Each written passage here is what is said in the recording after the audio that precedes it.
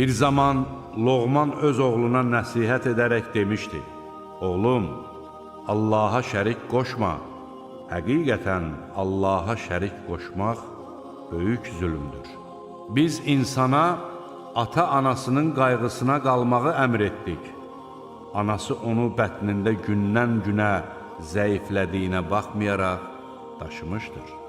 Onun süddən kəsilməsi isə 2 il ərzində olur. Mənə və valideynlərinə şükr et. Axır dönüş mənədir. Əgər onlar bilmədiyim bir şeyi mənə şərik qoşmağın üçün səni məcbur etməyə cəhd göstərsələr, onlara güzəşdə getmə. Dünyada onlarla gözəl davran.